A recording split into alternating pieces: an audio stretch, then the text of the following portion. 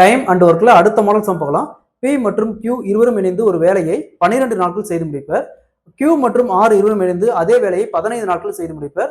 R மற்றும் P இருவரும் இணைந்து அதே வேலையை 20 நாட்கள் செய்து முடிப்பார்கள். Q மட்டும் தனியா செய்த அந்த வேலையை எத்தனை நாள் செய்து முடிப்பார் கேக்குறாங்க. சோ இந்த மாடல் சம் கேட்டாங்களா எப்படி குயிக்கா சால்வ் பண்ணலாம்ன்றத பார்க்கலாம். क्वेश्चनல P மற்றும் Q இருவரும் இணைந்து ஒரு வேலையை 12 நாட்கள் செய்து முடிப்பர். Q மற்றும் R இருவரும் இணைந்து அதே வேலையை 15 நாட்கள் செய்து முடிப்பர். R மற்றும் P இருவரும் இணைந்து அதே வேலையை 20 நாட்கள் செய்து முடிப்பார்கள். Q மட்டும் தனியா செஞ்சா அந்த வேலையை எத்தனை நாட்கள் செய்து முடிப்பார் கேக்குறாங்க. இந்த மாடல் சம் கேட்டாங்களா ஜஸ்ட் இந்த மூணுக்கும் LCM எடுங்க. மூணுக்கும் LCM எடுத்துமா 60. நெக்ஸ்ட் இந்த 12 எத்தனை டைம் பெருக்குனா 60 வரும்? 5 டைம். இந்த 15 எத்தனை டைம் பெருக்குனா 60 வரும்? 4 டைம். இந்த 20 எத்தனை டைம் பெருக்குனா 60 வரும்? 3 டைம்.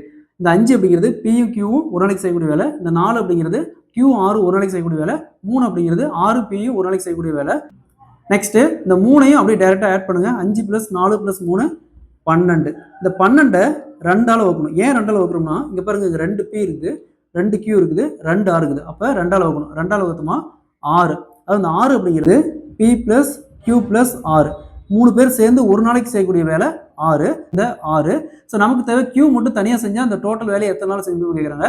சோ இந்த P + Q + Rல Pயும் Rஐயும் மைனஸ் பண்ணா Qக்கான வேல்யூ நமக்கு தெரிஞ்சிரும். சோ P RP இது எங்க இருக்கு? இங்க இருக்குது பாருங்க. சோ இதுக்கான வேல்யூ பாருங்க 3. சோ அப்ப இந்த 6ல 3 போச்சுன்னா மீதி 3.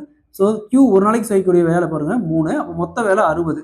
சோ 60 / 3 கேன்சல் பண்ணா 20. சோ Q மட்டும் தனியா செஞ்ச அந்த வேலை 20 நாள் செஞ்சு முடிப்பாரு. Option A is the correct answer.